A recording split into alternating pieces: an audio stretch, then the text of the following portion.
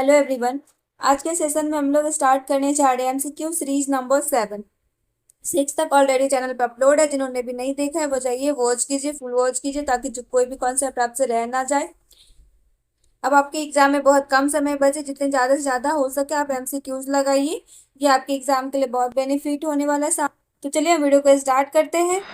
जिन्होंने भी चैनल को सब्सक्राइब नहीं किया वो चैनल को सब्सक्राइब कर लीजिए, साथ ही बेल आइकन प्रेस कर लीजिए, ताकि जो भी वीडियो अपलोड हो इससे रिलेटेड आप तक नोटिफिकेशन चला जाए।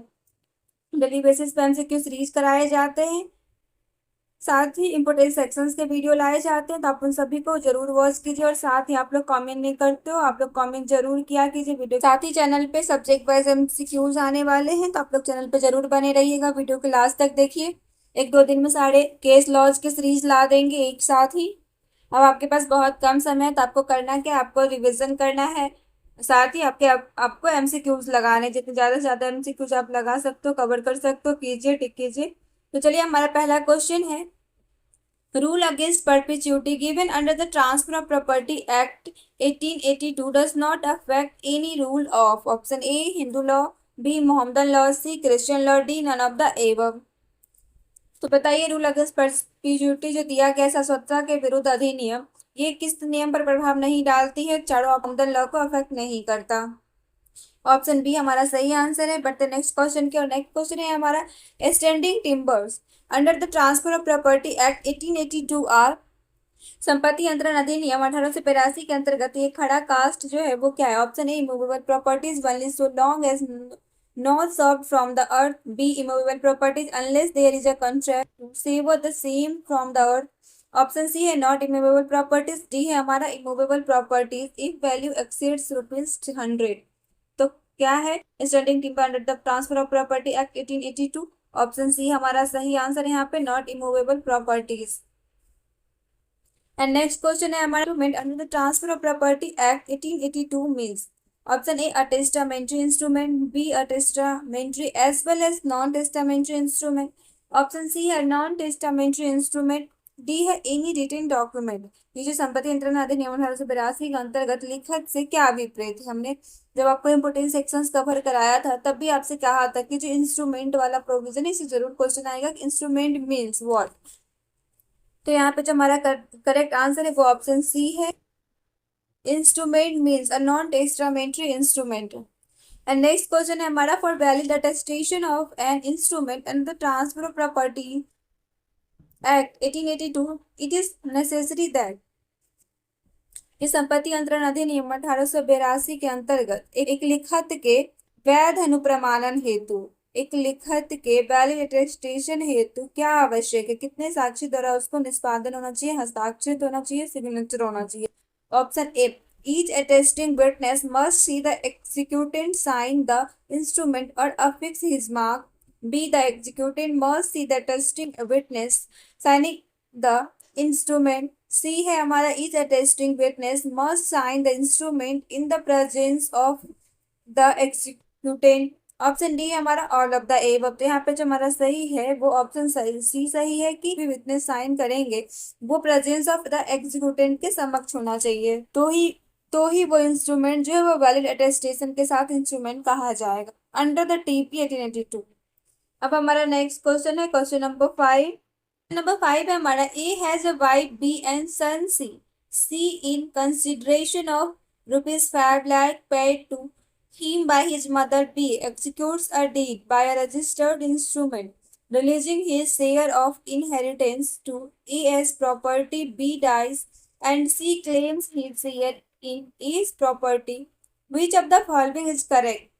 ए की एक पत्नी बी और एक पुत्र सी है। सी अपनी माँ बी से 5 लाख रुपए की प्रतिफल के भुगतान पर ए की संपत्ति में अपने हिस्से के उत्तराधिकार को छोड़ते हुए एक रजिस्ट्रीकृत लिखत निष्पादित करता है। ए की मृत्यु हो जाती है एवं ए की संपत्ति में सी अपने हिस्से का दावा करता है।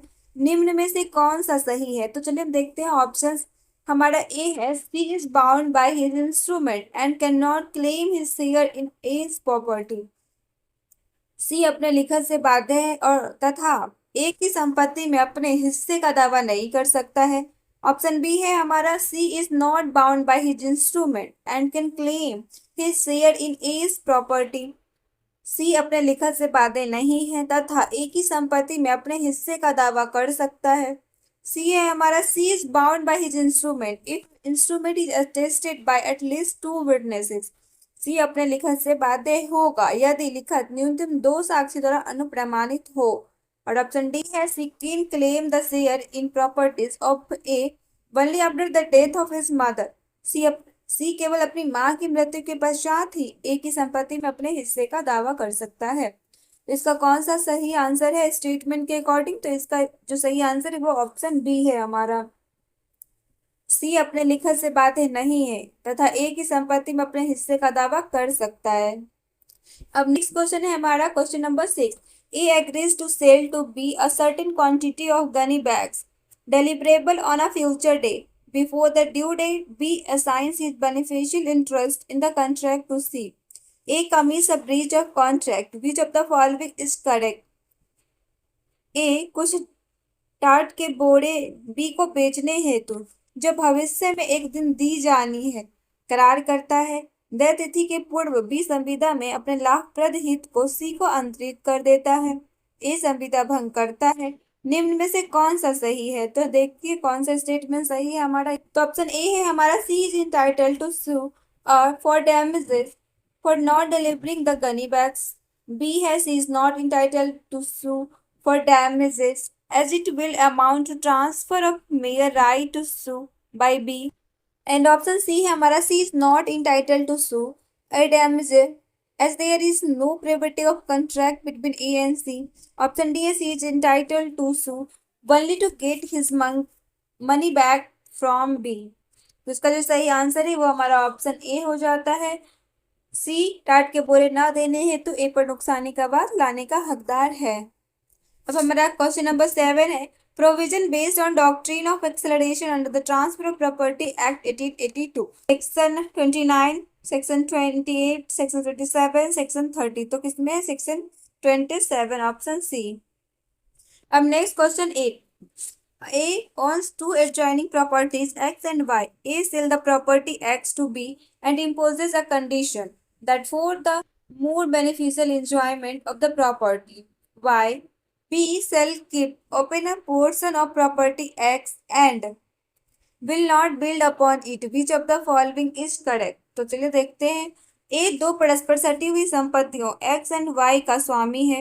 ए संपत्ति X B को बेच देता है तथा ए शर्त अधिरोपित करता है कि संपत्ति Y के अधिक फायदाप्रद उपभोग हेतु B संपत्ति X के एक भाग को खुला रखेगा तथा उस पर कोई निर्माण नहीं करेगा।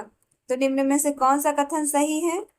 ऑप्शन ए है, the condition is not valid since A has sold the property which is an absolute transfer and hence can not impose any condition on the mode of enjoyment of the property X।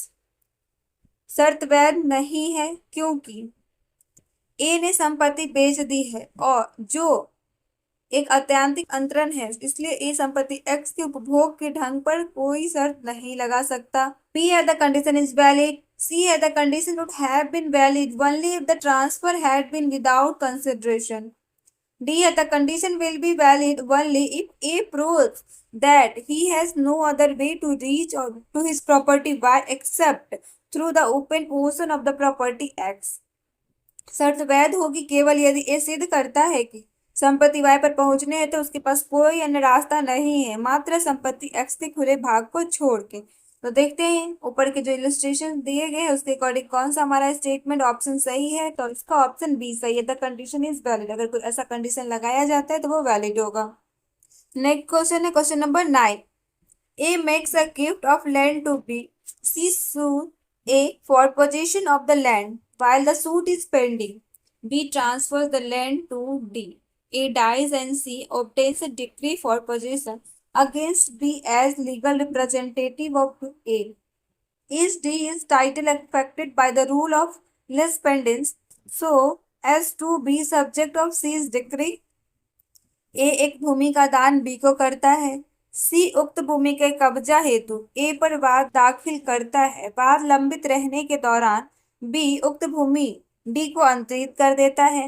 A की मृत्यु हो जाती है तथा A के विधिक प्रतिनिधि के रूप में बी के विरुद्ध सी कब्जा की डिक्री प्राप्त करता है? क्या डी का हक सी की डिक्री के विषय हेतु लंबित वाद के नियम से प्रभावित है? Option A yes, because transfer is without consideration. Option B है no, because B was not a party to the suit at the time of transfer by B to D. Option C है B is not legally representative of A for C's decree. Option D है after gift made to B is B after gift made to B C cannot sue A for possession of the land. तो यहाँ जो हमारा सही answer है वो option B है। Next question number 10 है, handing over the possession of mortgage property is required in? Option A mortgage by conditional sale, B English mortgage, C mortgage by deposit of title deeds, D none of the above. तो बंधक संपत्ति का कब्जा प्रदान करना आवश्यक है। सही आंसर है वो भी अंग्रेजी बंधक में भी कहा था क्या कि जो मॉर्गेज और उसके टाइप्स है उसमें आपको सेक्शन बेस्ड क्वेश्चन भी बना सकते हैं कि सारे टाइप्स दे देंगे और एक सारे सेक्शन आप मैच कीजिए कि कौन सा मॉर्गेज किस सेक्शंस में दिया गया है। तो question 11, which of the following pairs is correctly matched?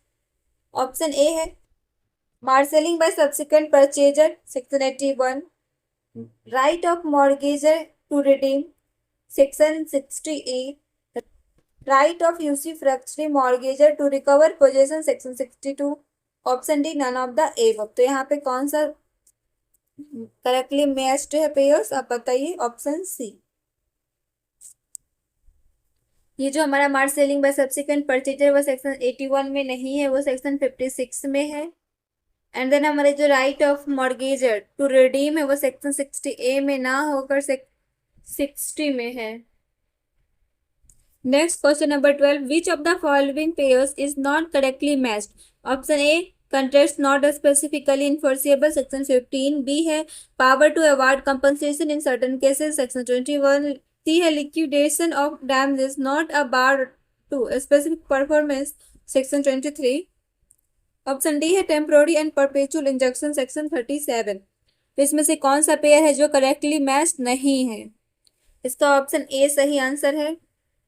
Next question number 13. Every promise and every set of promises forming the consideration for each other is? Option A an offer, B an agreement, C an acceptance, D a contract. तो प्रत्येक वचन और ऐसे वचनों का प्रत्येक संवर्ग जो एक दूसरे के लिए प्रतिफल हो कहलाता है, क्या कहलाता है? ये हमारा एग्रीमेंट कहलाता है, ऑप्शन बी सही आंसर है। नेक्स्ट क्वेश्चन है 14. Communication of acceptance is complete as against the acceptor. Option A when it is put in the course of transmission, B when the proposer convey the acceptance to the acceptor. Option C है when it is communicated to the acceptor that the acceptance has reached the proposer. Option D है when it comes to the knowledge of the proposer. स्वीकृति की संसूचना प्रतिग्रहीता के विरुद्ध पूर्ण होती है, कब होती है? तो इसका ऑप्शन डी सही है, when it comes to the knowledge of the proposer, जब यह प्रस्तावक की जानकारी में आ जाती है तब प्रतिग्रहीता के विरुद्ध हम कहते हैं कि स्वीकृति की संसूचना पूर्ण मानी जाती है। नेक्स्ट क्वेश्चन है हमारा question number 15. A tender is? Option A an offer, B an invitation to offer, C an invitation for discussion, D a promise. इसका जो सही आंसर है वो हमारा ऑप्शन बी है, एक tender an invitation to offer होता है। क्वेश्चन नंबर 16 है हमारा, an agreement in restraint of marriage is? विवाह अवरोधित करार वैध होता है, अवैध होता है, शून्य होता है, शून्य करणीय होता है। ऑप्शन सी वॉइड होता है। और ये किस सेक्शंस में दिया गया है? Agreement in restraint of marriage is void, ये सेक्शन 26 ऑफ कॉन्ट्रैक्ट एक्ट में दिया गया है। अब हमारा नेक्स्ट क्वेश्चन नंबर 17 है, in order to convert a proposal into a promise, एक प्रस्ताव को वचन में परिवर्तित करने के लिए क्या चीज होनी आवश्यक होती है? तो ऑप्शन है the acceptance of proposal must be absolute and unqualified, प्रस्ताव की स्वीकृति पूर्ण और बिना किसी शर्त की होनी चाहिए। ऑप्शन बी है हमारा द एक्सेप्टेंस ऑफ प्रपोजल में बी वैरिड, प्रस्ताव की स्वीकृति फेरबदल के साथ हो सकती है। ऑप्शन सी है द एक्सेप्टेंस ऑफ प्रपोजल में बी कंडीशनल प्रस्ताव की स्वीकृति शर्त के साथ हो सकती है। ऑप्शन डी है the acceptance of proposal may be absolute, varied और conditional.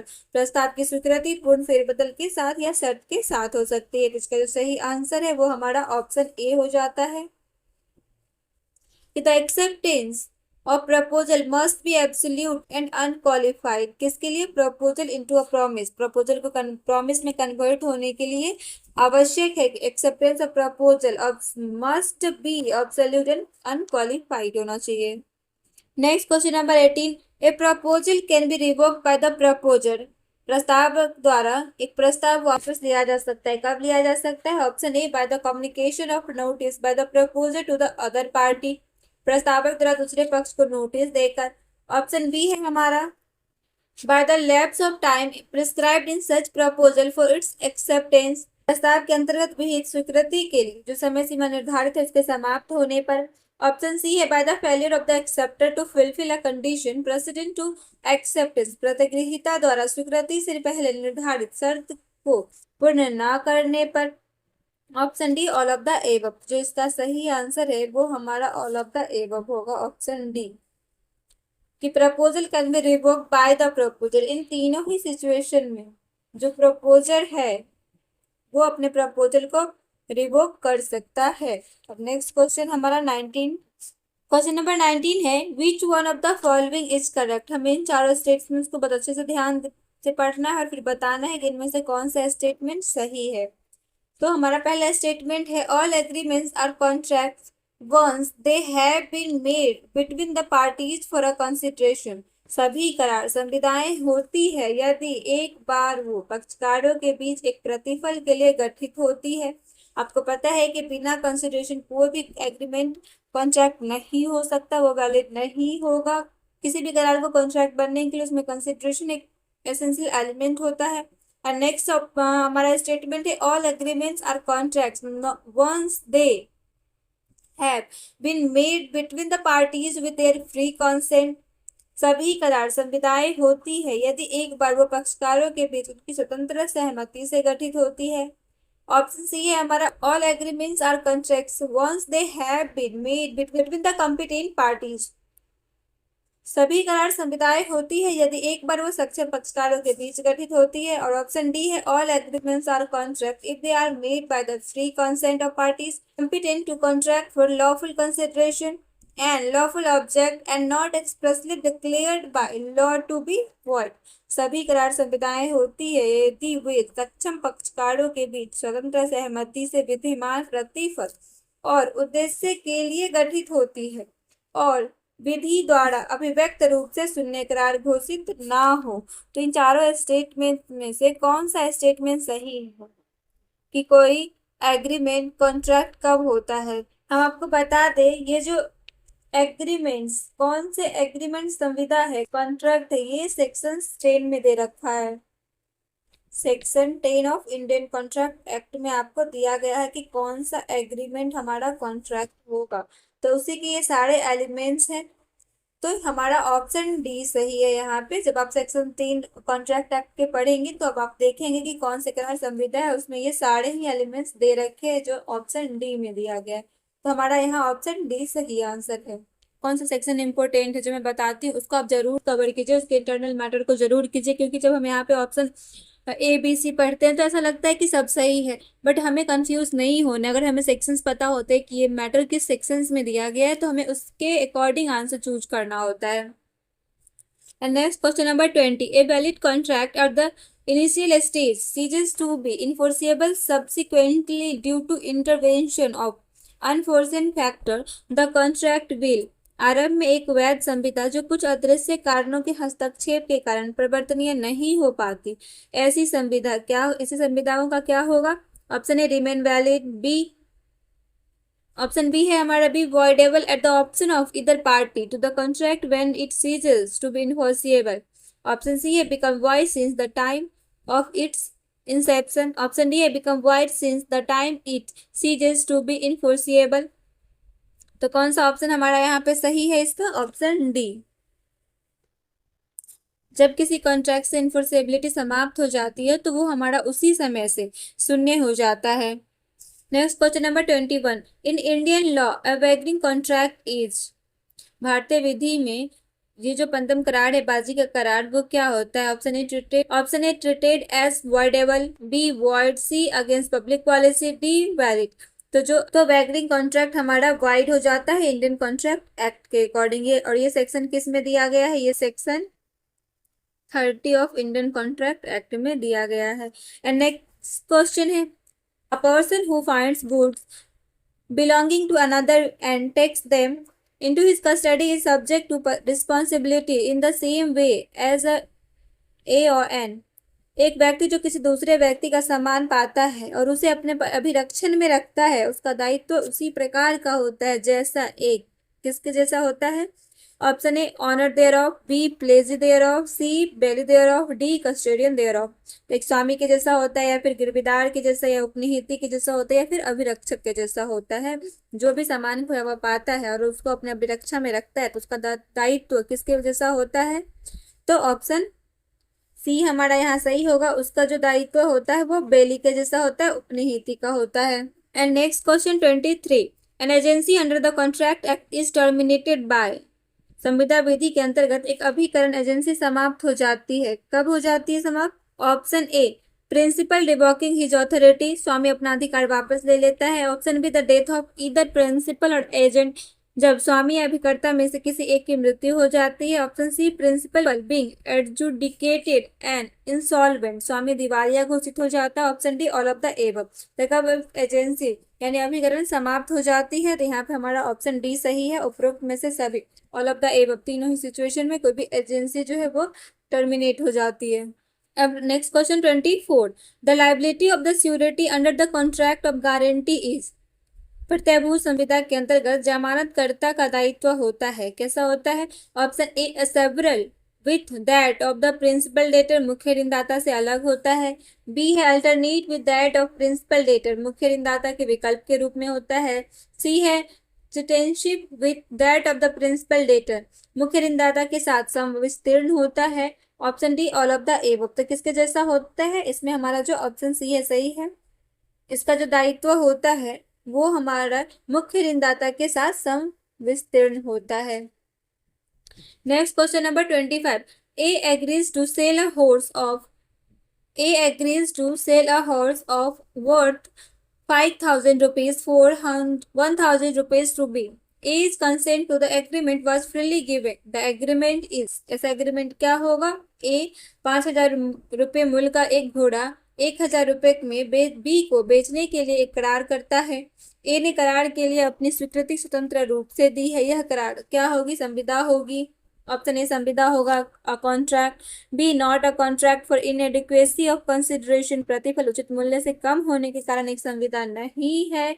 Option C not enforceable. Option D against the provision of the contract act, संविदा विधि के प्रावधान के विरुद्ध है। तो इसमें जो सही आंसर है वो हमारा क्या हो जाएगा? ऑप्शन ए, ये एक कॉन्ट्रैक्ट होगा। मूल्य क्या है इससे फर्क नहीं पड़ता, कंसिडरेशन क्या है मायने नहीं रखता, कंसिडरेशन होना जरूरी है, वो कितना है इससे फर्क नहीं पड़ता।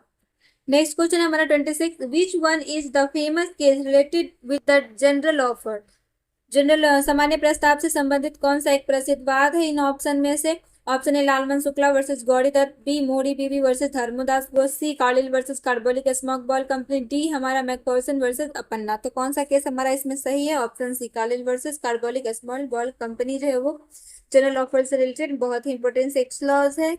Next question number 27, consent will be said to be free when it is not caused by coercion, undue influence, fraud, misrepresentation and mistake. The term free consent has been defined in which section of the Contract Act? Section 14, 15, section 17 के sections में define किया गया है free consent को contract act में, section 14, option A.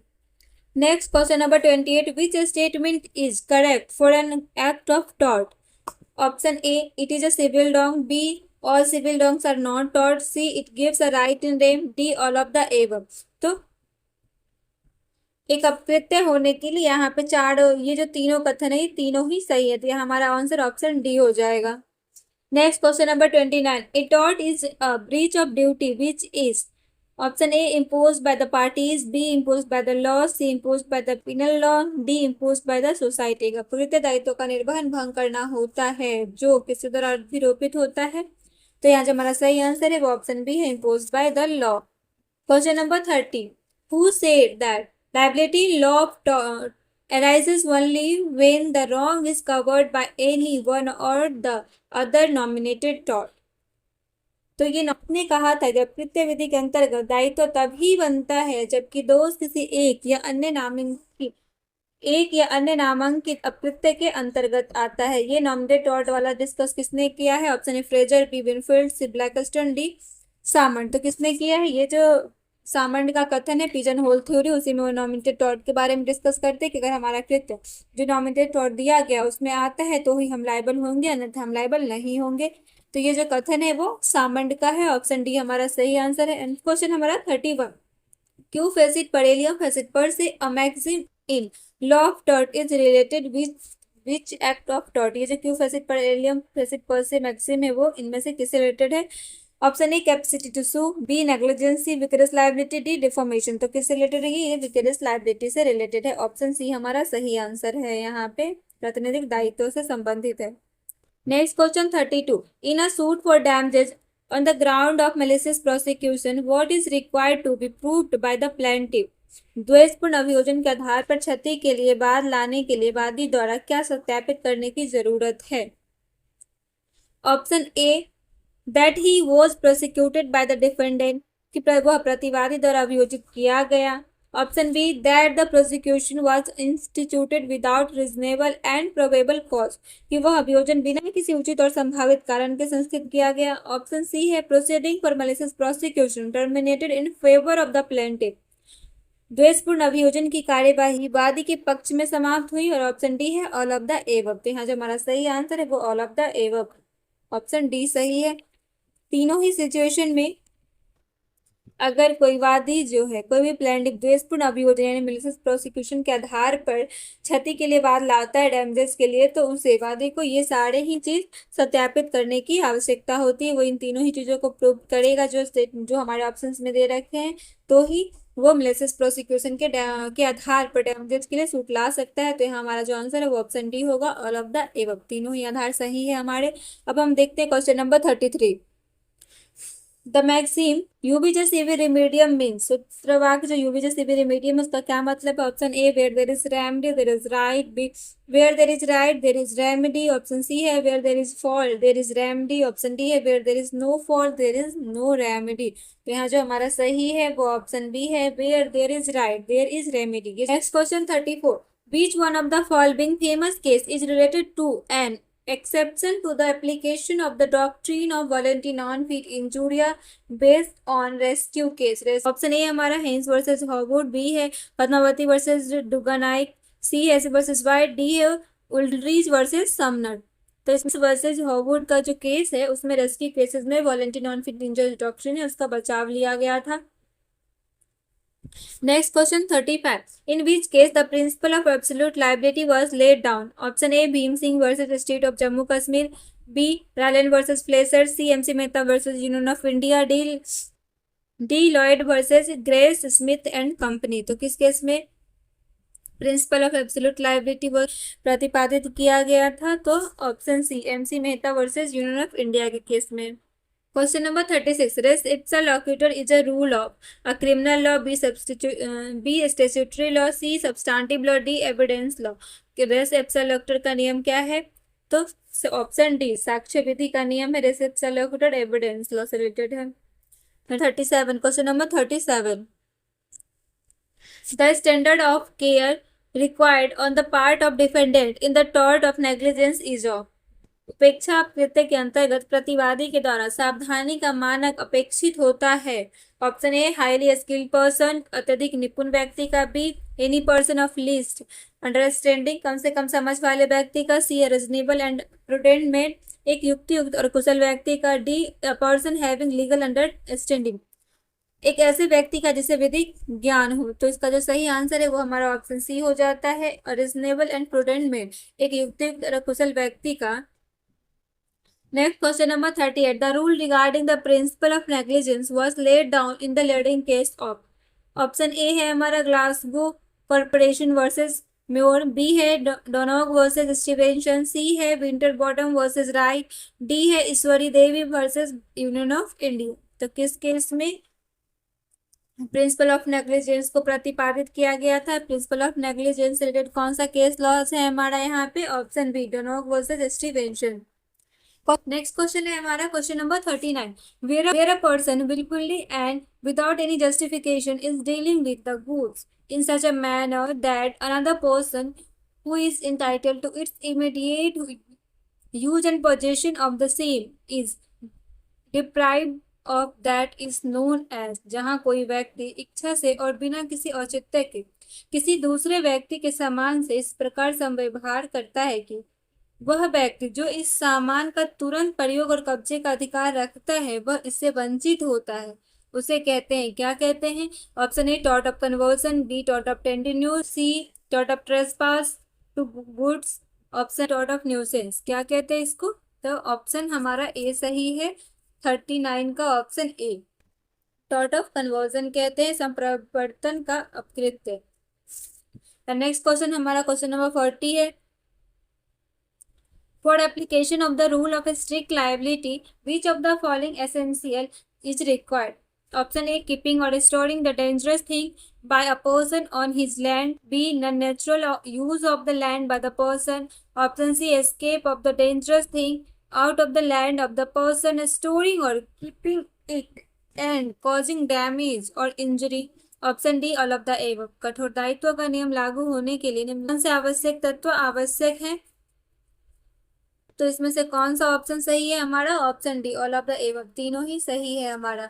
कठोर दायित्व का नियम लागू होने के लिए किसी व्यक्ति द्वारा अपनी जमीन पर खतरनाक वस्तु को रखना या इकट्ठा करना भी कठोर दायित्व लायबिलिटी उत्पन्न करेगा। किसी व्यक्ति द्वारा जमीन का उपयोग अप्राकृतिक तरीके से किया जाता है तो वो भी कठोर या स्ट्रिक्ट लायबिलिटी का दायित्व उत्पन्न करेगा। किस खतरनाक चीज हम अपने जमीन पे रखते हैं और वो पलायन हो जाती है और उससे किसी को क्षति या नुकसान पहुंचता है तो भी हम स्ट्रिक्ट लायबिलिटी के तहत लाइबल हो जाएंगे। तो ये तीनों ही जो एसेंशियल्स हैं, ये तीनों ही आवश्यक है कठोर दायित्व के नियम को लागू करने के लिए। तो यहाँ हमारा करेक्ट आंसर हो जाएगा ऑप्शन डी, उपरोक्त सभी और of the above. Question number 41, which statement is correct? ये सारे स्टेटमेंट्स को हम इन चारों स्टेटमेंट को हम देखते हैं। पहला है हमारा a public nuisance is a civil law as well as a crime. सार्वजनिक उपद्रव्य सिविल दोष और साथ ही यह अपराध भी है। दूसरा है हमारा private nuisance is a civil law as well as crime, जो व्यक्तिगत उपद्रव्य है सिविल दोष और साथ ही साथ अपराध है। तीसरा है public nuisance is a crime and not a civil wrong, सार्वजनिक उपद्रव्य अपराध है सिविल दोष नहीं है। चौथा है a private nuisance is a crime and not a civil wrong, व्यक्तिगत उपद्रव्य अपराध है सिविल दोष नहीं है। तो न्यूज हमारा सी ऑप्शन सही है इसका, कि जो पब्लिक न्यूसेंस है वो क्राइम है लेकिन वो सिविल रॉन्ग नहीं है। Next question number 42. The leading case in which the test of directness for determining the remoteness of damages was finally established is option A, Smith versus London South Western Railway Company, B, Wagon Mount case, C, Repolymis and Furnace with the and Company, D, Overseas Tungsten UK limited versus Morts Dock and engineering company limited. वह प्रमुख, ये हमारा remoteness of damages से related case laws, इसमें से ढूंढना है कि किसमें ये जांच के आधार अंतिम रूप से निर्धारित किए गए थे कि रिमोटनेस ऑफ डैमेजेस के लिए। जब हमने आपको इम्पोर्टेंट टॉपिक्स बताया था टॉर्ट्स में पढ़ने के लिए तो हमने वहाँ आपको बताया था कि जो रिमोटनेस ऑफ डैमेजेस उसमें कुछ लीगल टेस्ट दे रखे हैं तो हमें उसको देखना है, तो उससे रिलेटेड ये हमारा क्वेश्चन है। तो इसका जो सही आंसर है वो हमारा ऑप्शन सी है, Re Polemis and Furness Withy and company का केस है। यही रीजन है जो हम आप लोगों से कहते हैं कि आप लोग सारे वीडियो को देखें ताकि आपका कोई भी कॉन्सेप्ट ना छूटे। नेक्स्ट क्वेश्चन है 43. The following cases upheld secularism as a basic feature of the Indian Constitution even before the word secular was inserted in the preamble. ये जो प्रस्तावना में धर्मनिरपेक्ष सेकुलर शब्द के डाले जाने के भी पहले निम्नलिखित मामलों में से किस में धर्मनिरपेक्षता को भारतीय संविधान की एक मूलभूत विशेषता माना गया था? पहले हमारे इंडियन कॉन्स्टिट्यूशन के प्रियम्बल में सेकुलर वर्ड जोड़ा गया, तो उससे पहले जो सेकुलरिज्म वर्ड था उसको किस मामले में, इन चारों में से किस मामले के तहत उसे मूलभूत विशेषता माना गया था? तो पहला ऑप्शन है हमारा इंदिरा गांधी वर्सेस राज नारायण, दूसरा है Kesavananda Bharati versus state of Kerala, तीसरा Waman Rao versus union of India. चौथा है Samatha versus state of Andhra Pradesh. तो किस केस में कहा गया? Kesavananda Bharati versus state of Kerala के case. A person who or whose father was not born in the territory of India but who A has his domicile in the territory of India and B has been ordinarily residing within the territory of India for not less than 5 years immediately preceding the commencement of the Constitution is considered as Indian citizen. Which of the following articles of the Indian Constitution describe it? एक व्यक्ति जो या जिसका पिता भारत के राज्य क्षेत्र में पैदा नहीं हुआ था लेकिन क जिसका भारत के राज्य क्षेत्र में अपना अधिवास है और ख जो आमतौर पर संविधान के प्रारंभ होने से ठीक पहले कम से कम 5 वर्ष के लिए भारत के राज्य क्षेत्र के भीतर रहा हो और उसे उसे भारतीय नागरिक के रूप में माना जाता है। यह भारतीय संविधान के किस अनुच्छेद में वर्णित किया गया है? आर्टिकल 5, 5B, 5A, 5C किस में वर्णित किया गया है? 5C में, ऑप्शन डी। नेक्स्ट क्वेश्चन है class 4 of article 13 of the Indian constitution which was inserted by the 24th Amendment 1971 state that a Constitution Amendment Act passed according to Article 368 of the Indian Constitution is a law within the meaning of Article 13 and would accordingly void if it contravenes a fundamental right. This amendment was declared void in which of the following case? भारतीय संविधान के अनुच्छेद 13 का खंड 4 जिसे 24वें संविधान संशोधन अधिनियम 1971 द्वारा डाला गया था उसमें कहा गया कि भारतीय संविधान के अनुच्छेद 368 के अनुसार पारित एक संविधान संशोधन अधिनियम अनुच्छेद 13 के अर्थ में एक कानून है और तदनुसार शून्य और कोई कानूनी प्रभाव के बिना हो जाएगा अगर वह मूलभूत अधिकार के खिलाफ हो। इस संशोधन को किस मामले में कानूनी प्रभावहीन यानी कि शून्य ठहराया गया? Option A Golaknath versus state of Punjab, B Edward mills company limited versus state of Ajmer, C Minerva mills versus union of India, D Ghulam Sarwar versus union of India. किस केस में? मिनर्वा मिल्स के केस में, ऑप्शन सी। अब next question है हमारा next question 47 which of the following is an essential part of rule of law and independence of judiciary? निम्नलिखित में से कौन सा कानून के शासन और न्यायपालिका की स्वतंत्रता का एक अनिवार्य हिस्सा है? Option A judicial review, B impartial appointment of जजेस, C impeachment, D original jurisdiction. तो इसका जो सही आंसर है वो हमारा ऑप्शन ए हो जाएगा, न्यायिक समीक्षा यानी कि judicial review. Next, the test of reasonableness is not a wholly test and its contours are fairly indicated by the constitution। तक संगतता की कसौटी एक पूर्ण डैश परीक्षण नहीं है और इसकी आकृति संविधान द्वारा समय संकेतित की गई है। ऑप्शन ए सब्जेक्टिव विषय पड़क, ऑप्शन बी ऑब्जेक्टिव लक्ष्य पड़क, ऑप्शन सी डिस्क्रिप्टिव वर्णनात्मक, ऑप्शन डी समेटिव योगात्मक। तो इसका जो सही आंसर है वो हमारा ऑप्शन ए हो जाता है, subjective. Next, taxation is a और N dash power of the state and there is no fundamental right to be immune from taxation। कराधान राज्य के अधीन एक डैश शक्ति है और मौलिक अधिकार कराधान से प्रतिरक्षित नहीं है। Option A independent, B statutory, C authoritative, D administrative. तो इसका जो सही आंसर है वो कौन सा होगा? ऑप्शन ए इंडिपेंडेंट है। Next question number 50. Protection in respect of conviction for offences is the essence of which of the following article of the Indian Constitution? अपराधों के लिए दोष सिद्धि के प्रति सुरक्षा के संबंध में भारतीय संविधान के किस अनुच्छेद में वर्णित किया गया कि अपराधों की दोष सिद्धि के संबंध के प्रति सुरक्षा के संबंध में कौन सा आर्टिकल है? आर्टिकल 22, 21, 20, 19। तो कौन सा सही आंसर है इसका? 20। नेक्स्ट क्वेश्चन है according to class 1 of article 25 of the Indian constitution the freedom of religion is subject to the interest of. Option A public order, B morality, C health, D all of the above. तो इसका जो सही answer है वो option D है, ये तीनों ही चीजें होगी, public order, morality and health तीनों के अधीन दिया गया आर्टिकल 25 के क्लास 1 में freedom of religion. Next question है which of the following articles of the Indian constitution mention the provision of the post of the prime minister of India? Prime minister के post से related कौन सा article है? 73, 74, 75, 74 class 1। तो किस में दिया गया है? इसका आंसर हमारा 75 में दिया गया प्राइम मिनिस्टर के बारे में। Next question, a person shall be disqualified for being a member of either house of the parliament if he is so disqualified under the dash schedule. संसद के किसी भी सदन के सदस्य होने के लिए उस व्यक्ति को अयोग्य घोषित कर दिया जाता है कि ये किस अनुसूची में दिया गया है। तो इसका जो आंसर है वो ऑप्शन डी है, 10th शेड्यूल में दिया गया है। नेक्स्ट क्वेश्चन है, जजेज of the supreme court can be remove from their office by, उच्चतम न्यायालय के न्यायाधीशों को उनके कार्यालय से किसके द्वारा हटाया जा सकता है? इम्पीचमेंट के द्वारा, प्रेसिडेंट के द्वारा, काउंसिल ऑफ मिनिस्टर के द्वारा, हाउस ऑफ द पीपल के द्वारा। तो किसके द्वारा हटाया जा सकता है किसी भी सुप्रीम कोर्ट के जजेस को उसके ऑफिस से?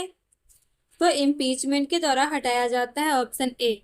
और ये किस आर्टिकल में दिया गया है? तो इसका आंसर आप लोग दीजिए कमेंट बॉक्स में कि सुप्रीम कोर्ट के जजेस के इम्पीचमेंट से रिलेटेड कौन सा आर्टिकल दिया गया है। अब next question, which of the following has been held to be questions of fact and not of law? निम्नलिखित में से कौन सा तथ्य का प्रश्न होगा और कानून का प्रश्न नहीं होगा? ऑप्शन ए है हमारा, whether a fact has been proved when evidence for and against has been properly received, जब पक्ष और विपक्ष से सबूत ठीक से प्राप्त किया गया है तो क्या एक तथ्य साबित हो गया है। B, whether statutory presumption has been rebutted, एक सांविधिक धारणा का खंडन किया गया है। ऑप्शन सी है, whether an endowment is private और public, there being no questions of misconstruction of a document involved, एक बंदोबस्त इंडोमेंट निजी है या सार्वजनिक है, यहाँ शामिल दस्तावेजों के गलत होने का कोई सवाल नहीं किया जा रहा है। Option D, all of the above. तो इसका जो सही आंसर है वो ऑप्शन डी है, all of the above. Next question है, which among the following has the power to extend functions of the state public service commission? निम्नलिखित में से किस में राज्य लोक सेवा आयोग के कार्यों का विस्तार करने की शक्ति है? Option A, governor, B, state legislative, C, chief minister, D, advocate general. किसकी पावर है? Option B, the state legislative. Next question है, while a proclamation of emergency is in operation, तो इसमें हमारा सिचुएशन दिया गया है, उसके अकॉर्डिंग हमें which of the above statements is are found to be correct, statements के अकॉर्डिंग हमें करेक्ट स्टेटमेंट को चूज करना है। तो पहला हमारा है, the executive power of the union shall extend to the giving of direction to any states as to the manner in which the executive power thereof is to be exercised, संघ की कार्यपालिका शक्ति किसी भी राज्य को निर्देश देने तक उसी रूप में विस्तार करेगी जिस रूप में संबंधित कार्यपालिका शक्ति का प्रयोग किया जा रहा है। दूसरा है हमारा, the power of the parliament to make laws with respect to any matter shall include the power to make laws on the subject which is not enumerated in the union list, किसी भी मामले के संबंध में कानून बनाने की संसद की शक्ति में उस विषय जो संघ सूची में उल्लेखित नहीं है के संबंध में कानून बनाने की शक्ति शामिल है। तो ऑप्शन ए हमारा only 1, B only 2, C both 1 and 2 और डी हमारा कह रहा है नीदर 1 और नॉट 2। तो यहाँ हमारा ऑप्शन सी सही है, दोनों ही स्टेटमेंट सही है। नेक्स्ट क्वेश्चन है, the ancient sources of Hindu laws are A, Shruti, B, Smriti, C, digest, commentaries and custom, D, all of the above. तो इसका जो सही आंसर है ऑल ऑफ द एबव, सारे ही ancient sources of Hindu law है। Next question, Section 5 Clause 1 of the Hindu Marriage Act 1955 provides for a monogamy, B, bigamy, C, polygamy, D, polyandry। तो इसका जो सही आंसर है वो है ऑप्शन ए, मोनोगेमी के बारे में डिस्कस करता है हमारा जो section 5 class 1 of Hindu marriage act है। नेक्स्ट क्वेश्चन है, under which section of the Hindu marriage act 1955 judicial separation has been provided? Section 9, 10, 11, 13। तो इसका जो सही आंसर है वो हमारा ऑप्शन बी हो जाएगा, सेक्शन 10 में दिया गया है। नेक्स्ट है, section 16 of the Hindu marriage act 1955 deals with the legitimacy of the children of void marriage, B voidable marriage, C void and voidable marriage, D valid marriage. तो इसका जो सही आंसर है 61 का वो हमारा सी सही ऑप्शन है, wide and voidable marriages.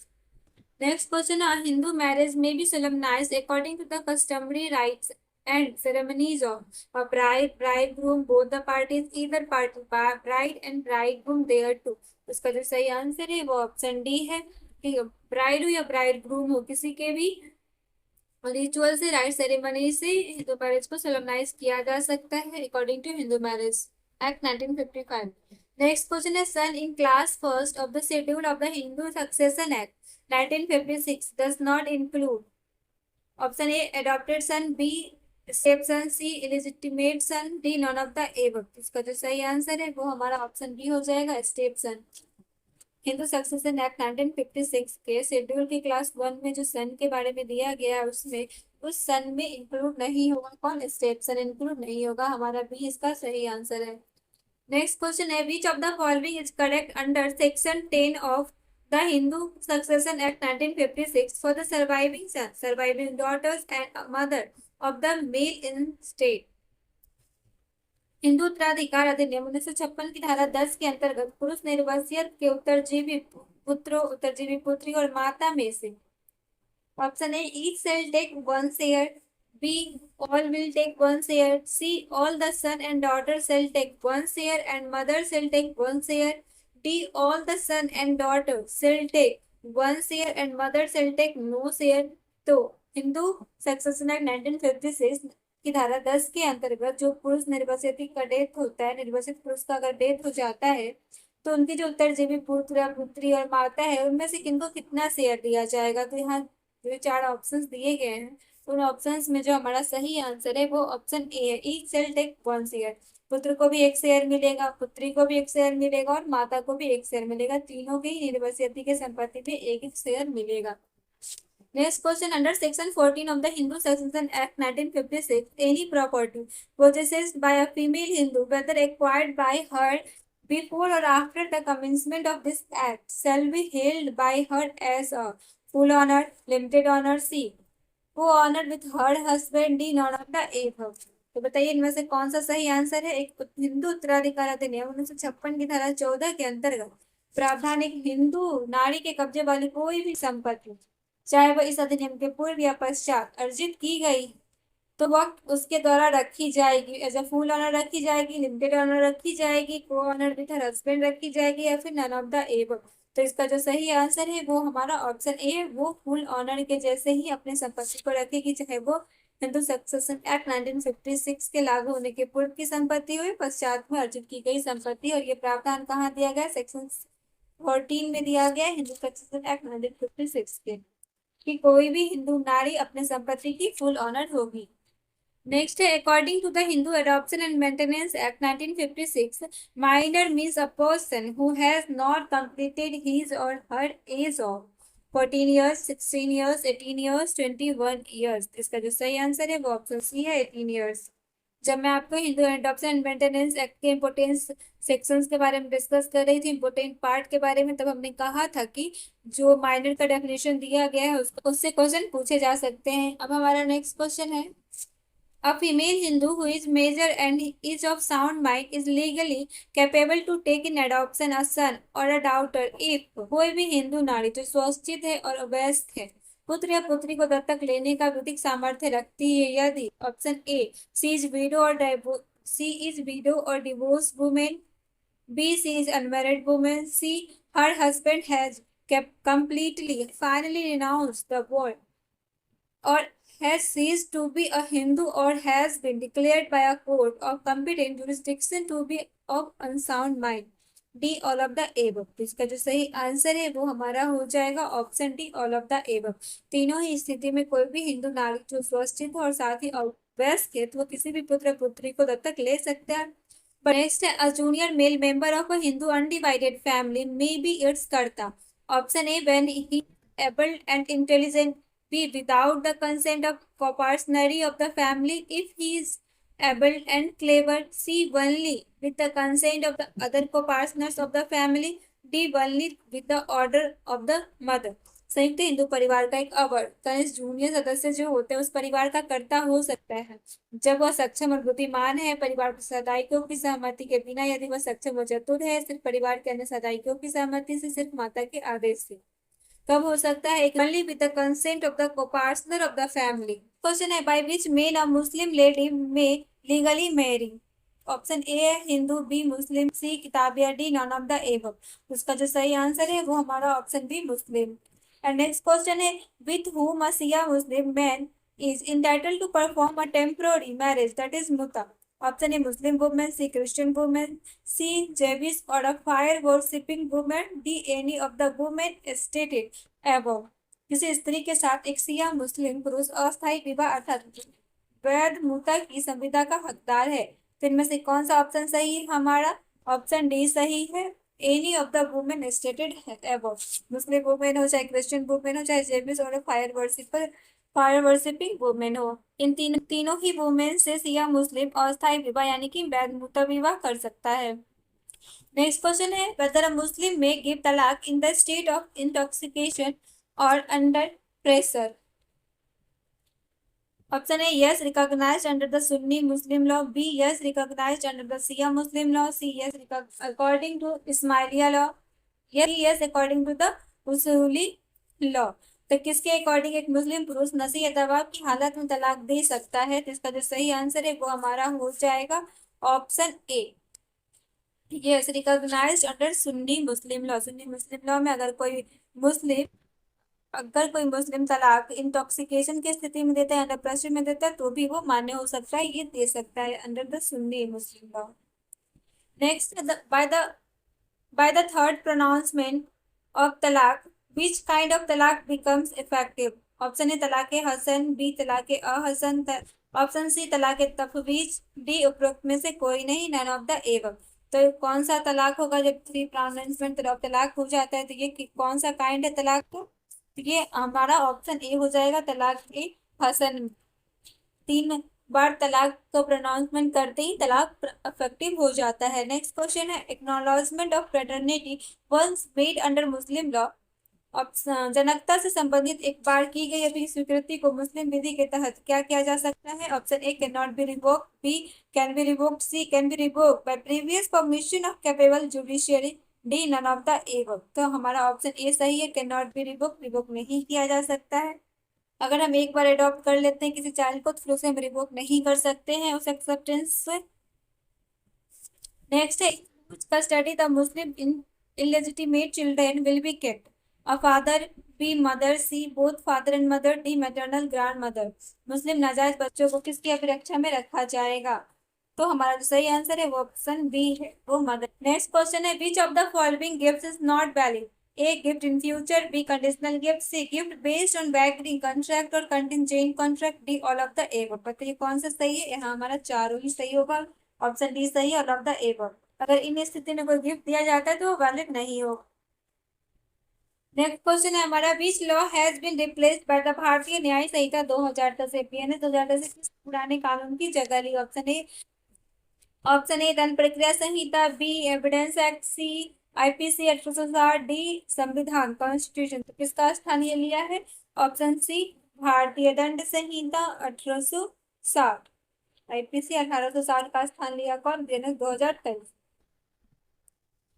Next question है हमारा, which of the following is a new offence added in BNS 2023? कौन सा नया अपराध जोड़ा गया है निम्न में से? Option A adultery, B terrorism, C attempt to suicide, D breach of contract. तो किसको जोड़ा गया है? टेररिज्म को जोड़ा गया है, ऑप्शन बी। नेक्स्ट है, under which section is the punishment for murder provided in BNS 2023? हत्या की सजा बीएनएस 2023 के किस सेक्शन में दी गई है? Option A 302, B 101, C 103, D 99। किसमें दी गई है? 103, 103 में मर्डर का पनिशमेंट दिया गया under the BNS 2023। Next question है, what is the punishment for rape under BNS 2023?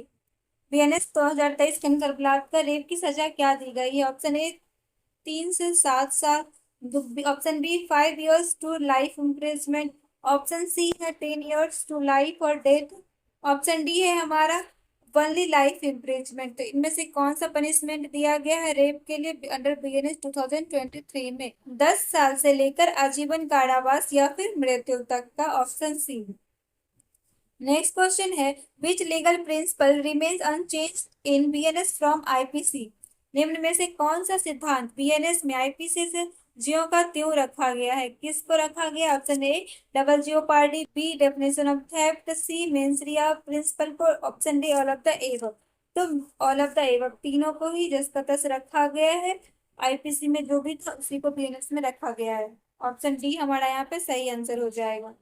इसमें किसी भी तरह का कोई बदलाव नहीं किया गया है। क्वेश्चन है बीएनएस 2023 में निम्न में से किस अपराध को विशेष रूप से जोड़ा गया है? Which of the following offences has been specifically added in the BNS 2023?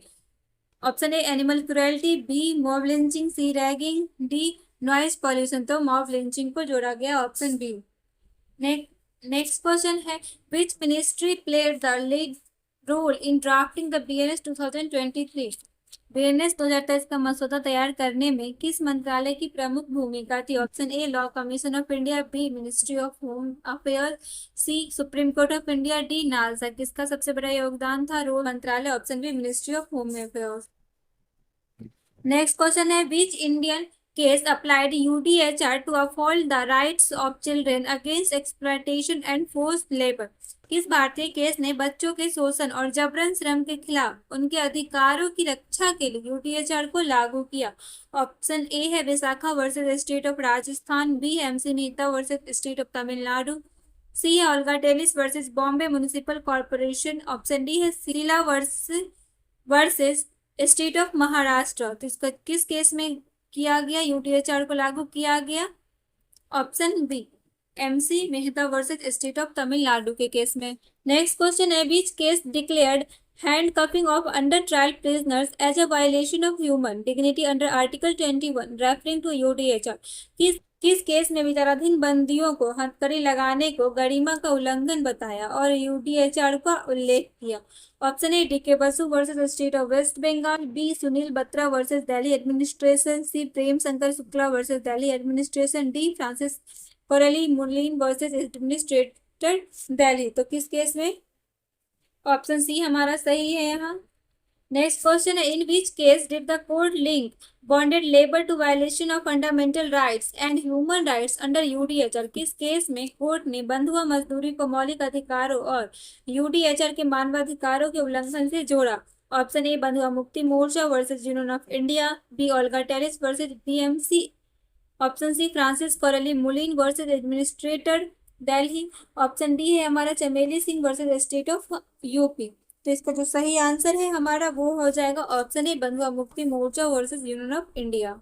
Next question है which case link the right to die with dignity with the broader interpretation of the right to life and UDHR? किस case में गरिमा के साथ मरने के अधिकार को जीवन के अधिकार और यूडीएचआर की व्यापक व्याख्या से जोड़ा गया?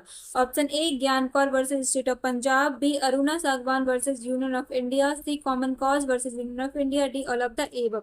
तो इसका जो सही आंसर है हमारा वो ऑप्शन डी हो जाएगा। ये तीनों ही केसेस इनसे रिलेटेड है। नेक्स्ट क्वेश्चन है in which Indian case did the court refer to international human rights law including UDHR to declare transgender persons rights as human rights? किस भारतीय केस में कोर्ट ने ट्रांसजेंडर व्यक्तियों के अधिकारों को मानवाधिकार मानते हुए यूडीएचआर सहित अंतर्राष्ट्रीय कानूनों का उल्लेख किया? Option A national legal service authority versus union of India, option B Navtej Singh Johar versus union of India, option C Suresh Kumar Koushal versus Naz foundation, option D है Shabnam Hashmi versus union of India. तो किस केस में कौन सा ऑप्शन हमारा सही है यहाँ पे? Option A national legal service authority NALSA versus union of India के केस में ट्रांसजेंडर व्यक्तियों के अधिकारों को मानवाधिकार मानते हुए यूडीएचआर सहित अंतर्राष्ट्रीय कानूनों का उल्लेख किया गया।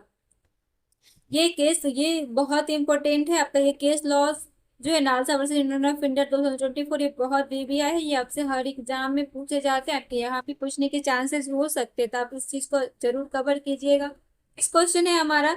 नेक्स्ट क्वेश्चन है यूडीएचआर किस प्रकार का दस्तावेज है? What type of document is the UDHR? Option A legally binding treaty, B political declaration, C moral guide, D international agreement. ये किस प्रकार का डॉक्यूमेंट है? ऑप्शन सी सही है, मॉडल गाइड है। Which article of the UDHR prohibits slavery and servitude? UDHR के कौन सा अनुच्छेद गुलामी और दासता पर प्रतिबंध लगाता है? आर्टिकल 3, 4, 5, 6। कौन सा सही आंसर है हमारा यहाँ पे? चारों में से 3, 4, 5, 6 में से कौन से आर्टिकल में ये चीज दे रखा है? तो option B article 4। Next question है according to the UDHR no one shall be subjected to torture. Which article states this? UDHR के अनुसार किसी को भी यातना नहीं दी जानी चाहिए। यह किस अनुच्छेद में कहा गया? Option A 3, B 4, C 5, D 6। तो ऑप्शन सी हमारा सही है, आर्टिकल 5। नेक्स्ट क्वेश्चन है, what right is mentioned in article 3 of the UDHR? Article 3 में क्या दिया गया है?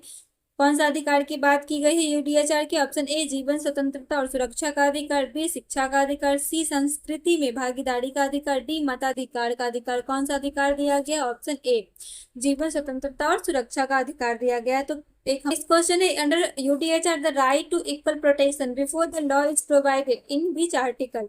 यूडीएचआर के तहत हर व्यक्ति को न्यायालय में समान संरक्षण का अधिकार है, यह किस अनुच्छेद में दिया गया है? ए 7, बी 10, सी 8, डी 9। कौन से आर्टिकल में दिया गया? आर्टिकल 7 में।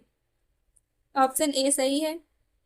नेक्स्ट क्वेश्चन है, which article of the UDHR deals with freedom of thought, conscience and religion? UDHR के किस अनुच्छेद में धर्म, विचार और स्वतंत्रता की बात करता है? Option A article 16, B 17, C 18, D 19। कौन में दिया गया है? ऑप्शन हमारा इसका सही आंसर हो जाएगा 18, आर्टिकल 18 में। नेक्स्ट क्वेश्चन है, according to the UDHR everyone is entitled to human rights without discrimination, which article states this? UDHR के अनुसार सभी को बिना किसी भेदभाव के मानवाधिकार प्राप्त है। यह बात किस अनुच्छेद में दी गई? आर्टिकल 1, 2, 4, 6। कौन सा ऑप्शन सही है हमारा? यहाँ पे आर्टिकल 2 में दिया गया, ऑप्शन बी हमारा सही आंसर है। अभी हमने कुछ क्वेश्चंस में आर्टिकल यूडीएचआर का आर्टिकल्स को कवर किया है, तो उस आर्टिकल्स को आप जरूर याद रखिएगा। नेक्स्ट क्वेश्चन है, who played a leading role in drafting the UDHR? UDHR का मसौदा तैयार करने में प्रमुख योगदान किसका था? ऑप्शन ए थियोडोर रूजवेल्ट का, बी नेल्सन मंडेला का, सी कोफी अन्नान का, डी बैन की मून का। किसका योगदान था? तो यहाँ पे हमारा जो सही आंसर हो जाएगा वो हो जाएगा ऑप्शन ए रूजवेल्ट का योगदान था जब ड्राफ्ट किया जा रहा था यूडीएचआर का। तो ऑप्शन ए हमारा सही आंसर है। नेक्स्ट क्वेश्चन है, on which date was the UDHR adopted? किस तारीख को अपनाया गया था यूडीएचआर को? Option A 24 October 1945, B 26 June 1945, C 10 December 1948, D 11 November 1946। कब अपनाया गया था? ऑप्शन सी सही है, 10 दिसंबर 1948 को। नेक्स्ट क्वेश्चन है, in which case did the supreme court observe that the right to inform association under article 19(1)(c includes the right to form trade union but not necessarily the right to recognition or collective bargaining? सर्वोच्च न्यायालय ने किस मामले में कहा कि अनुच्छेद 19(1)(c के अंतर्गत संगठन बनाने के अधिकार ट्रेड यूनियन बनाने के अधिकार को शामिल करता है, लेकिन यह मान्यता या सामूहिक सौदेबाजी का अधिकार नहीं देता? Option A okay Ghosh versus E X Joseph, B all India bank employees versus national industrial tribunal, option C Rohtas industries staff union versus state of Bihar, option D T K Rangarajan versus government of Tamil Nadu. तो कौन से case में कहा गया? Option B हमारा सही है, all India bank employees association versus national industrial tribunal के केस में कहा गया कि जो ये 19(1)(c में अंतर्गत संगठन बनाने का अधिकार है उसमें ट्रेड यूनियन बनाने के अधिकार को शामिल करता है, लेकिन मान्यता या सामूहिक सौदेबाजी का अधिकार नहीं देता। Next question, in which case was it held that the workers have no fundamental right to strike under the constitution? किस मामले में यह निर्णय हुआ कि श्रमिकों को संविधान के अंतर्गत हड़ताल करने का मौलिक अधिकार नहीं है? Option A T K Rangarajan versus government of Tamil Nadu, option B है Kameshwar Prasad versus state of Bihar, C है all India bank employees association versus national industrial tribunal, option D है BR Singh versus union of India. तो इसका जो सही आंसर है वो ऑप्शन ए है। नेक्स्ट क्वेश्चन है, in which case it was clarified that trade union activities must not interfere with discipline and proper functioning of the employers establishment? किस मामले में स्पष्ट किया गया कि ट्रेड यूनियन की गतिविधियां नियोक्ता की संस्था के अनुशासन और सुचारू कार्य प्रणाली में हस्तक्षेप नहीं कर सकती? Option A okay Ghosh versus E X Joseph, B Kameshwar Prasad versus state of Bihar, C Rohtas industries staff union versus state of Bihar, D BR Singh versus union of India. तो इसका जो सही आंसर है वो हो जाएगा हमारा ऑप्शन डी। नेक्स्ट क्वेश्चन है, According to the Industrial Dispute Act 1947, what does layoff mean? औद्योगिक विवाद अधिनियम 1947 के अनुसार ले ऑफ का क्या अर्थ है? Option A permanent dismissal of an employee, B voluntary retirement of an employee, C temporary removal of an employee due to unavailability of work, D promotion of an employee. तो इसका जो सही answer है वो हमारा हो जाएगा ऑप्शन सी। नेक्स्ट क्वेश्चन है, under the payment of bonus act 1965 what is the minimum number of working days required for an employee to be eligible for bonus. Bonus भुगतान अधिनियम 1965 के तहत एक कर्मचारी को बोनस प्राप्त करने के लिए न्यूनतम कितने दिनों का कार्यकाल आवश्यक है। Option A 180 days, B 240 days, C 30 days, D 365 days. तो 240 डेज की आवश्यकता होती है, ऑप्शन बी। नेक्स्ट क्वेश्चन है, as per the maternity benefit act 1961 how many weeks of maternity leave is a female employee entitled to. मातृत्व लाभ अधिनियम 1961 के अनुसार एक महिला कर्मचारी को कितने सप्ताह का मातृत्व अवकाश मिलता है। Option A 12 weeks, B 26 weeks, C 16 weeks, D 20 weeks. तो कितने दिनों का मिलता है, 26 weeks, option B. Next question है, under the child labour prohibition and regulation act 1986 employment of children below which age is prohibited. बाल श्रम प्रतिशत और विनियमन अधिनियम 1986 के तहत कितने उम्र तक के बच्चों को रोजगार देना निषिद्ध है। Option A 12 year, B 14 year, C 16 year, D 18 years. तो कितने ईयर्स तक के बच्चों को देना निषिद्ध किया गया है, ऑप्शन बी हमारा सही है, 14 ईयर्स। नेक्स्ट क्वेश्चन है, under the industrial employment standing order act 1946 what is the minimum number of employees required for the act to be applicable. औद्योगिक रोजगार अस्थायी आदेश अधिनियम 1946 के तहत अस्थायी आदेशों को लागू करने के लिए न्यूनतम कितने कर्मचारियों की आवश्यकता होती है। Option A 50, B 100, C 150, D 200। तो 100 मजदूरों की आवश्यकता होती है, ऑप्शन बी सही है। नेक्स्ट क्वेश्चन है, legal theories based on.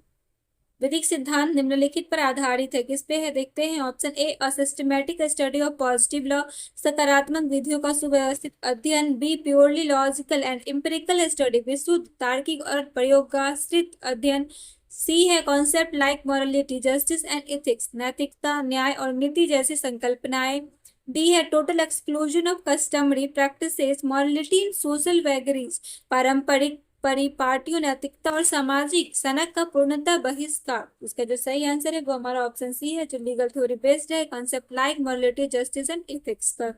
Next question है, who separate jurisprudence from religion. धर्म से विधि शास्त्र को किसने पृथक किया है। Option A Kant, B Hugo Grotius, C Salmond, D जेरेथो ब्राउन ने। तो इसका जो सही आंसर है ऑप्शन बी है, ह्यूगो ग्रोसियस ने। Under how many categories the 5 theories of punishment can be divided. दंड के 5 सिद्धांतों को कितने वर्गों में विभाजित किया जा सकता है। Option A 2, B 4, C 5, D 3। तो ऑप्शन डी सही है हमारा, 3 कैटेगरी में। Next question, on which one of the following can have corporeal ownership. निम्नलिखित में से किस एक पर मूर्त स्वामित्व हो सकता है। Option A right, B trademark, C movable property, D और डेट। तो इसका जो सही आंसर है वो movable property, option C. Next question है, sovereignty must be determinate, it is essential, is indivisible and is unlimited and illimitable. Who conceived this about the sovereignty? प्रभु सत्ता सुस्पष्ट की जानी चाहिए, यह अनिवार्य है, अविभाज्य है तथा असीमित है और अनंत है। प्रभु सत्ता के बारे में किसकी यह सोच है। Option A Hobbes, B Austin, C Jean Bodin, D Plato. इसका सही आंसर ऑस्टिन होगा, ऑप्शन बी। नेक्स्ट क्वेश्चन है हमारा, कंसिडर द फॉलोइंग स्टेटमेंट्स। इस स्टेटमेंट को पढ़ना है और उसके बाद हमें कौन सा इसमें से करेक्ट है उसे चूज करना है। तो पहला है हमारा, statements which are not partaking of the character of ratio decidendi can be ignored while deciding the latter cases. कथन जो विनिश्चय आधार का भाग नहीं है उन्हें बाद के मुकदमे में निर्णय लेते समय छोड़ा जा सकता है। दूसरा है हमारा, the ratio decidendi is not the reason of decision. विनिश्चय आधार निर्णय का कारण नहीं है। तीसरा है हमारा, only that part of the judgment in an earlier decision is binding which constitutes the ratio decidendi of that case. पिछले निर्णय के निर्णय का केवल एक भाग अबाधकर है जो उस मामले का विनिश्चय आधार है। चौथा है हमारा, a judicial decision has a binding force for subsequent cases but the whole judgment is not binding, only a part of it is binding. न्यायिक निर्णय बाद में मुकदमों के लिए आबद्ध बल है, लेकिन संपूर्ण न्याय निर्णय आबद्ध कर नहीं है, केवल इसका एक भाग आबद्ध कर है। तो कौन सा उपरोक्त में से कथन सही है? Option A 1 3 4, B option B है 1 2 3, ऑप्शन सी है 2 3 4, ऑप्शन डी है 1 2 4। तो आप पूरे स्टेटमेंट को पढ़िए और देखिए कि कौन सा सही है, और इसका करेक्ट आंसर हमारा ऑप्शन ए हो जाता है। 1 3 4 तीनों ही स्टेट्स में सही है हमारे, और हमारा जो दूसरा स्टेटमेंट है वो सही नहीं है। नेक्स्ट क्वेश्चन है, case law is gold in the mind a few grains of the precious metal to the tons of useless matter, while a statute law is coin of the real ready for immediate use. Who said these words? निर्णय विधि खान का सोना है, कुछ लोग ही अनावश्यक सामग्री के भारी मात्रा में इस कीमती धातु को प्राप्त करते, जबकि परिनियम विधि तत्काल प्रयोग के लिए राज्य का तैयार सिक्का है। ये बात किसने कही थी? Option A Hering, B Austin, C Kelsen, D Salmond. किसने कही थी? तो सामन ने। ऑप्शन डी हमारा सही आंसर है। एंड नेक्स्ट क्वेश्चन है, which of the following statements are true? चलिए देखते हैं इन चारों स्टेटमेंट में से कौन कौन सा ट्रू है। पहला है हमारा, there is no rule to determine when usage shall give rise to a custom. यह निर्धारित करने के लिए कोई नियम नहीं है कि प्रचलन कब प्रथा बन जाती है। दूसरा है, customary rules of international law are diminishing and are being replaced by treaties and convention. अंतर्राष्ट्रीय विधि के प्रथागत नियम घटते जा रहे हैं और उनके स्थान पर संधियां और परंपरा आती जा रही है। तीसरा है हमारा, treaty contracts are not direct source of international law. संधि संविदा अंतर्राष्ट्रीय विधि का प्रत्यक्ष स्रोत नहीं है। चौथा है, international law is a positive morality. अंतर्राष्ट्रीय विधि एक सकारात्मक नैतिकता है। तो कौन, इस कोर्स के अकॉर्डिंग बताइए कि कौन कौन सा हमारा सही स्टेटमेंट है। तो हमारा यहाँ पे ऑप्शन सी सही हो जाता है। 1 2 एंड 3। नेक्स्ट क्वेश्चन है, द लॉ ऑफ नेशनल और international law may be defined as the body of rules and principles of actions which are binding upon civilized states in their relation with one another. This definition of international law was given by राष्ट्र की विधि या अंतर्राष्ट्रीय विधि को ऐसी कार्यवाही के नियम और सिद्धांतों के निकाय के रूप में परिभाषित किया जा सकता है, जो एक दूसरे के साथ उनके संबंधों में सभ्य राज्यों पर आबद्धकर होते हैं। अंतर्राष्ट्रीय विधि की यह परिभाषा दी गई है किनके द्वारा? Option A J L. Brierly, B Torsten Vital, C Hegworth, D उपरोक्त में से कोई नहीं, नन ऑफ द एबव। तो किसके द्वारा ये डेफिनेशन दिया गया है? जे.एल. ब्रेयरली। ऑप्शन ए सही है। एंड नेक्स्ट क्वेश्चन है, मैच द फॉलोइंग। और सूची 1 और सूची 2 को, लिस्ट 1 2 को मिलाना है और फिर हमें कोड के अकॉर्डिंग बताना है कि कौन सा किससे मैच करता है। तो पहला है हमारा recognition only and exclusively bestows a state with rights and duties under international law. केवल और एकमात्र मान्यता किसी राज्य को अंतर्राष्ट्रीय विधि के अधीन अधिकार और कर्तव्य प्रदान करता है। तो बताइए लिस्ट 2 में से 1 2 3 4 में से कौन इससे मैच करता है? De facto recognition, de jure recognition, declaratory theory और कंस्टिट्यूटिव थ्योरी। और दूसरा सिचुएशन है हमारा, it is a first step towards final recognition. यह अंतिम मान्यता की दिशा में पहला कदम है। इनमें से कौन सा किससे ये मैच करता है? फिर हमारा तीसरा है, it is final recognition by a state. किसी राज्य द्वारा यह अंतिम मान्यता है। लिस्ट 2 में किससे ये मैच करता है? फिर चौथा है हमारा, international personality of a state does not depend upon recognition. राज्य का अंतर्राष्ट्रीय व्यक्तित्व मान्यता पर निर्भर नहीं है। तो बताइए लिस्ट 2 में से कौन किससे मैच करता है? इधर ABCD दिया गया है, इधर 1 2 3 4 दिया गया है। एक दूसरे को मैच कीजिए और कोड के अकॉर्डिंग बताइए कि कौन सा ऑप्शन हमारा सही है। तो यहाँ पे हमारा ऑप्शन ए सही हो जाएगा। 4 1 2 3। ए 4 से मैच करेगा, बी 1 से, सी 2 से और डी 3 से।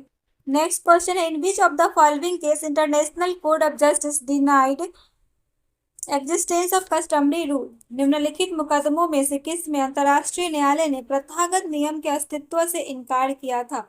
Option A north sea continental shelf case, B the Lotus case, C both of the above, C D none of the above. तो बताइए किस केस में किया गया? यहाँ बोथ ऑफ द एबव दोनों ही केस में किया गया था। इन दोनों ही निर्णय में प्रथागत नियम के अस्तित्व से इनकार किया गया था अंतर्राष्ट्रीय न्यायालय द्वारा।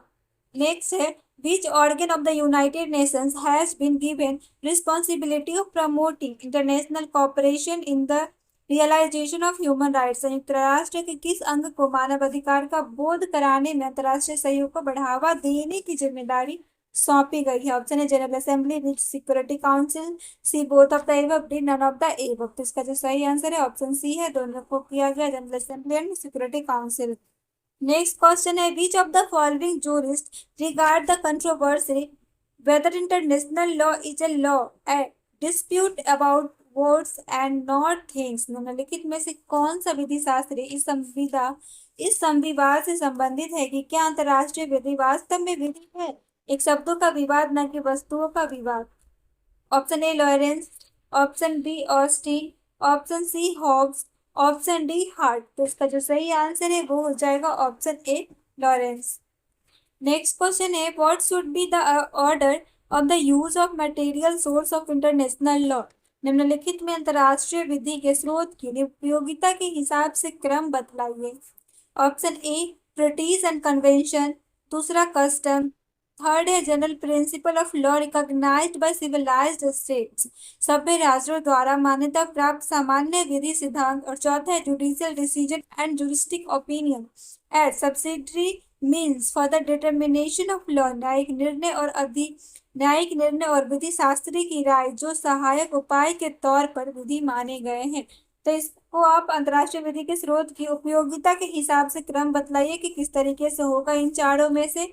तो हमारा यहाँ पे जो ऑप्शन है वो ऑप्शन डी हमारा सही है। Which of the article of the Statute of International Court of Justice makes it clear that the decision of the court will have no binding force except between the parties and in respect of that particular case only? अंतर्राष्ट्रीय न्यायिक न्यायालय संविधि की किस धारा में प्रावधान है कि न्यायालय के निर्णयों को मुकदमा के पक्षों के तथा उस विशेष मुकदमे के अलावा कोई दूसरा मानने को बाध्य नहीं है? Option A article 60, B article 59, option C article 68, option D article 38 clause 1। तो इसका जो सही आंसर है वो है option B article 59। Next question है what does delegatus non potest delegate का मीन्स क्या है? ऑप्शन ए है a delegate can further delegate, option B है delegate can not further delegate, option C delegate is independent, चौथा है हमारा option D there is no delegate. इसका जो सही आंसर है वो होगा option B a delegate can not further delegate. Next है qui facit per alium facit पर से का क्या मतलब है? Option A he who acts through another does the act himself, B है not responsible for acts of other, option C है no one acts, D है only the agent is liable. इसका जो सही आंसर है वो है ऑप्शन ए। नेक्स्ट क्वेश्चन है what does it mean nemo moriturus praesumitur मेंटायर।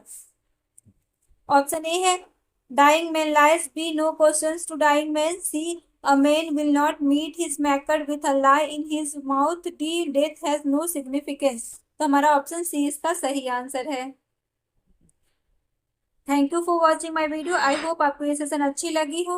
आप लाइक कमेंट शेयर सब्सक्राइब जरूर करते जाइएगा। चलिए मिलते हैं नेक्स्ट वीडियो में नेक्स्ट सीरीज के साथ। तब तक के लिए take care and bye bye.